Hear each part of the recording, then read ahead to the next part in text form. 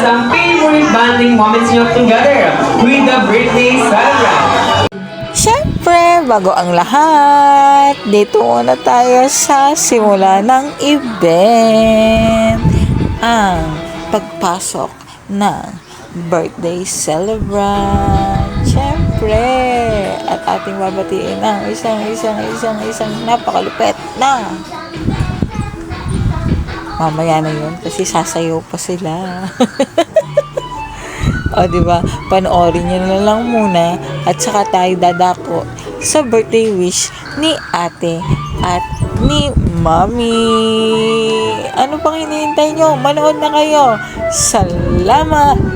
Salamat. At may ano na naman, may bumara. Ayan. Thank you so much for watching, ha, guys. Ayan.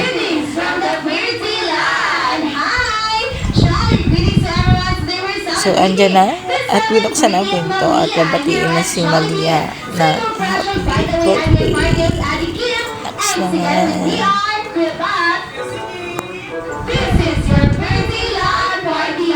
Pero bago yan, hindi ba natin nababati ng happy birthday ang ating birthday celebrant ka naman? Sabay-sabay na siya ng isang malakas na happy birthday na kada 3, 2, and 1!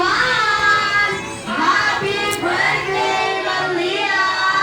And now, please all welcome the birthday celebrant together with their party. Let's give them a round of applause.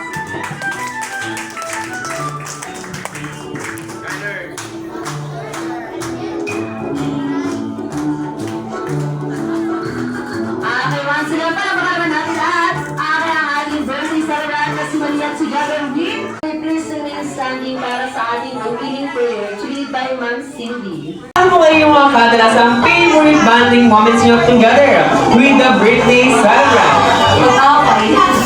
Mag-awayan! Palakpakan ang natin na si Ate at syempre ko dahil hindi dito magpapatalo sino Kuya Pan. Akin syempre si Mami. Akin para sa ating first question. Ano ba mga kadalasan or favorite bonding moments na ginagawa niyo together with the birthday celebrant Malia? Kumain. Wow! Nagpuputri. Bakit sana Mami magalit kayo nagpuputri? Sa bahay. Wow! Kadada pa! Naman natin lahat. Akin ang Mami ng ating birthday celebrant. Akin para naman sa ating follow-up question. Ano kaya yung mga traits or characteristic na naman sa inyo ng ating birthday celebrant ko si Malia? Mahiyain. Wow! Talaga ba? Talaga. Mahiyain at saka yung ganda daw. Yan. Nakakadala mga sila pala. Naman natin lahat.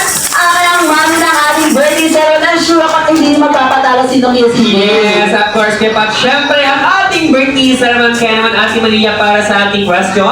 Ano yung feeling mo na dito mag-birthday sa Jollibee at sila, yung mga kasama mo, happy ka ba today?